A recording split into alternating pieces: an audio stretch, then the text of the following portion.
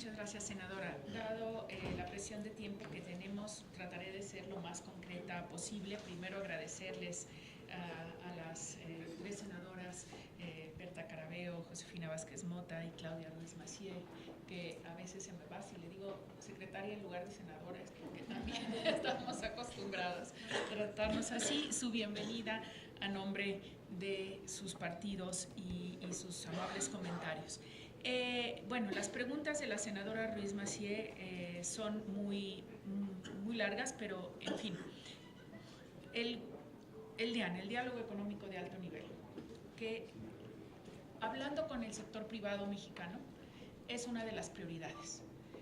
Reactivar el diálogo económico de alto nivel, a la vez que lo empatamos con el diálogo de empresarios, en inglés llamado el CEO Dialogue, de tal manera que nos permita, a través de ambos mecanismos, ir identificando cuáles son las prioridades a las que debemos dar mayor atención.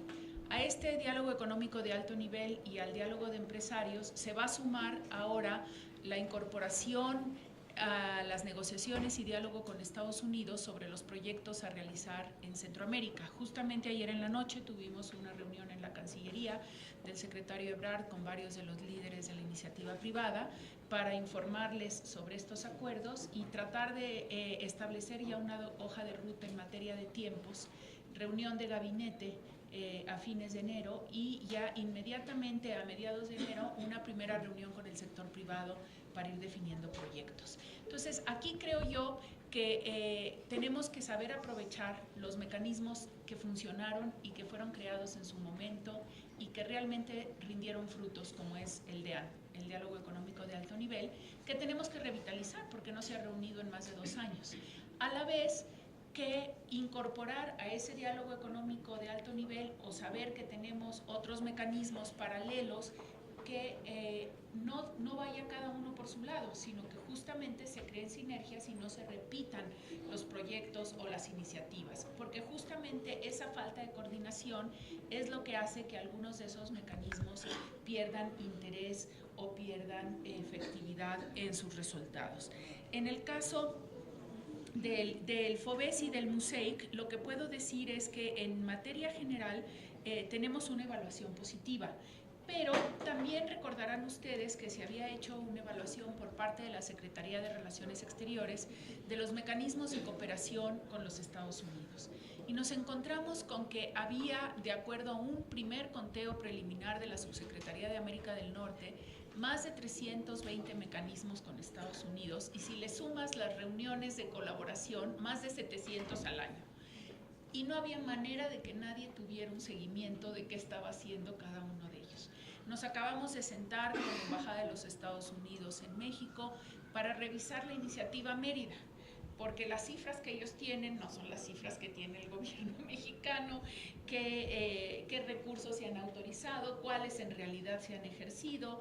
Lo mismo pasa con la Alianza para la Prosperidad, se autorizan unas cifras, se ejercen otras, se meten en otros. Entonces, yo lo que diría es que en esto de MUSEIC, FOBESI y en los otros mecanismos, el gran reto de la Embajada con la Secretaría de Relaciones Exteriores y con el concurso de los actores que están involucrados en estos acuerdos es hacer una revisión de qué está funcionando y qué no está funcionando, porque tenemos algunos mecanismos que están ahí, siguen y realmente hace más de 5 años o 6 años que no se reúnen y no funcionan.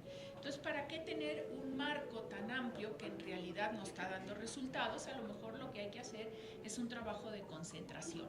Afortunadamente el gobierno anterior nos deja ya una primera evaluación para la cual partir, porque siempre hay que construir de lo hecho, no inventar el hilo negro en cada ocasión. Entonces yo diría que FOBESI y MUSEIC se van a reevaluar en el marco de esta reingeniería de la cooperación con los Estados Unidos. En materia de los proyectos pilotos, efectivamente ayer justamente comentábamos con el sector privado la eficiencia de Laredo y están encantados. Yo creo que la tendencia justamente en la frontera es a repetir los proyectos exitosos. Ahora, cada cruce fronterizo, cada frontera tiene su particularidad. por el tipo de mercancías que cruzan o por la cantidad de personas que cruzan. Hay algunos cruces fronterizos. Nogales se especializa mucho en ganado. Bueno, Laredo es el principal cruce y el fin de la 57 de México, ¿no? Que es la principal arteria de comunicación comercial del país.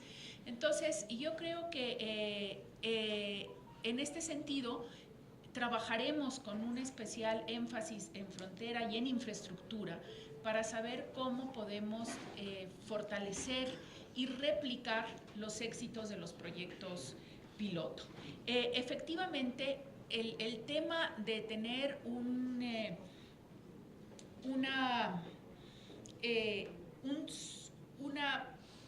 predespacho en donde están trabajando tanto CBP como SAT y también las instituciones, el INAMI, representan retos legales, porque significa la actuación de agentes de un país en otro.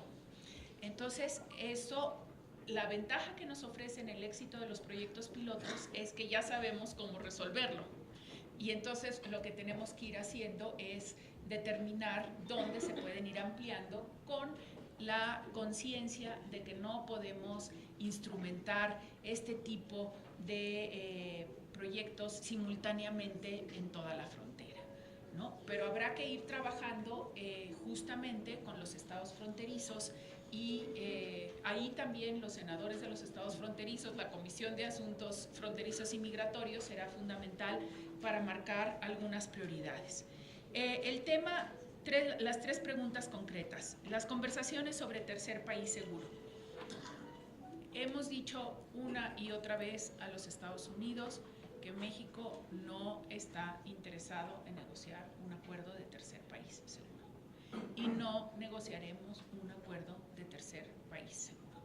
Lo que tenemos, que se anunció hoy en la mañana por parte del gobierno de los Estados Unidos, es la aplicación unilateral de una cláusula de su ley migratoria, que es una cláusula que existe desde hace años y que no habían instrumentado, que se trató de instrumentar durante el gobierno del presidente Obama y no se avanzó básicamente por consideraciones jurídicas al interior de los Estados Unidos. Ustedes saben que cada vez que el gobierno, el Ejecutivo de los Estados Unidos hace un anuncio sobre política migratoria, casi inmediatamente lo llevan a las Cortes, las organizaciones justamente de derechos humanos. El gobierno de los Estados Unidos anunció unilateralmente esta mañana la aplicación de esa cláusula de su política migratoria y el gobierno de México respondió con un posicionamiento reiterando que esta aplicación unilateral no es un acuerdo de tercer país seguro, no implica la aceptación de un acuerdo de tercer país seguro, pero que México, por razones esencialmente humanitarias y acorde a la nueva política migratoria centrada en derechos humanos y desarrollo que acaba de anunciar, recibirá a estas personas, también haciendo honor al principio de no devolución de la Convención de Naciones Unidas sobre el Estatuto de los Refugiados, del que somos parte. A la vez, la solución de aceptación es claramente la posición del gobierno de México, es que es temporal, y que nada más se les va a dar una visa temporal para que puedan obtener trabajo y puedan sostenerse el tiempo que estén en México. La idea es que no vamos a recibir a aquellos que no hayan solicitado ya el asilo en los Estados Unidos, preaviso. Regresan y estarán en territorio mexicano hasta que les sea otorgada la audiencia ante el juez que determine su calidad migratoria en los Estados Unidos. Ahora, si les es negado el asilo en los Estados Unidos, correspondería entonces a los Estados Unidos regresarlos a sus países de origen, pero sería ya después de la audiencia ante los jueces migratorios. En verdad, lo que tenemos aquí es una situación muy compleja para México, porque es evidente que las leyes de asilo en los Estados Unidos no están funcionando. Entonces, lo que yo lo he discutido de manera informal con algunos funcionarios americanos es que les digo, nos están pidiendo a México que les resolvamos la inoperancia de sus leyes. ¿Y por qué lo estamos haciendo? Por razones humanitarias. sobre todo. ¿Y por qué esas razones humanitarias? Porque eso está en los valores intrínsecos de México y en la historia de México. Entonces, esa sería, digamos, podría abundar muchísimo más y entrar en una discusión. Creo que el documento de posicionamiento del Gobierno de México es muy bueno, muy preciso, se estuvo trabajando esta mañana. Las políticas de puertas abiertas. Yo creo que el reto de retorno y reinserción es uno de los más grandes. Creo que se ha avanzado. Si uno ve, por ejemplo, el centro en Tijuana, en donde recibimos a los deportados, ahí están haciendo muy buenas cosas, los registran en el Seguro Popular, que ahora será un seguro universal, les dan la carta de repatriación, pero la carta de repatriación es una hojita que muchos pierden. O sea, yo creo que hay mucho por mejorar ahí. Y tenemos otro reto, que ese centro de Tijuana es casi el único. O sea, tenemos que replicar el ejemplo Tijuana en otros lados de la frontera, en varios estados, y a partir de eso hacer una evaluación de qué estamos viendo. Y tenemos que cruzar, por supuesto, las bases de datos que tienen los consulados de las repatriaciones con las del INAMI, porque el INAMI es el que sabe realmente a dónde están y a dónde los están regresando. Y hay que entender que a veces muchos de los deportados tampoco nos dicen realmente de dónde son, porque no quieren regresar a sus lugares de origen por muchas razones, entre otras psicológicas, de que sienten que fueron derrotados y no quieren regresar derrotados. Pero yo creo que, al igual que en el caso de los mecanismos de cooperación existentes, tendríamos que evaluar justamente, quizás ahora con los cónsules en la reunión de embajadores, cómo está funcionando toda la cuestión de repatriación y reinserción y cómo lo podemos mejorar, y con el Instituto Nacional de Migración. Y me da gusto sí compartirles que Tonatiuh Guillén, que está al frente del instituto, está muy consciente de este tema y que es una de sus prioridades. Entonces, creo que podemos hacer un gran trabajo. Respecto al tema del recorte del presupuesto de los consulados, creo que el secretario Ebrard ya explicó que hubo un error de dedo, que esperemos que, aparte con la aprobación ayer de la ley de ingresos, y como va a haber 23,000 millones de pesos más disponibles, pues que la Cámara de Diputados, en la consideración del presupuesto de egresos, considere la importancia de dar los recursos que se requieren a los consulados de México en los Estados Unidos. Porque no es solamente dar los recursos a los consulados, hay que pensar que esos recursos son para los mexicanos, porque se destinan sobre todo a las ventanillas de relación con los mexicanos, se destinan al programa de protección. Y yo nada más quisiera hacer aquí subrayar algo que desgraciadamente no es competencia del Senado, sino de la Cámara de Diputados. Sí vamos a requerir mayores asignaciones presupuestales federales, porque los recursos de ingresos consulares vienen disminuyendo consistentemente. ¿Y por qué vienen disminuyendo? Porque había muchos trámites que se hacían en los consulados y que se tenían que pagar en los consulados y que ahora se hacen por internet o que se hacen directamente en México.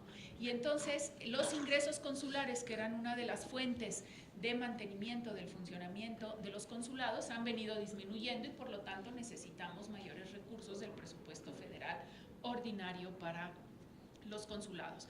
Pero yo estoy segura que el equipo del secretario Ebrard sabrá explicar en su momento muy bien a la Cámara de Diputados. Pero sin duda alguna, espero que el error de dedo se corrija, y espero que el error también, o no error, pero que en estos 23,000 millones y su reasignación algo pueda ir hacia los consulados, teniendo muy clara la idea que los ingresos consulares, que hasta ahora han sido la principal fuente de recursos para los consulados, están disminuyendo aceleradamente, y más van a disminuir conforme la población mexicana ya tenga una situación legal o regrese y haya menos migración.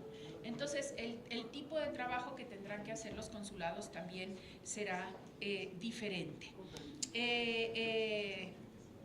Senadora Carabeo, no puedo más que coincidir con usted que estamos perdiendo la batalla cultural y de imagen, pero es una batalla que justamente tenemos que dar, y por eso dije que una de las líneas de acción es el tema de la imagen de México, y uno de los mensajes centrales que voy a tener como embajadora y como embajada es: tiene que haber en Estados Unidos el reconocimiento debido a la contribución de los mexicanos.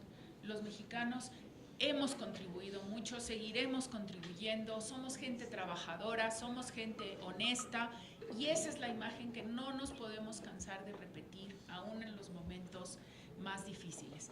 No es fácil porque les decía yo de broma, cuando cerraron los americanos el Caribe para el tráfico de drogas, la ruta de droga, pues en esa época se acordarán ustedes cuando la ruta de droga era el Caribe, pues el programa más famoso era Miami Vice.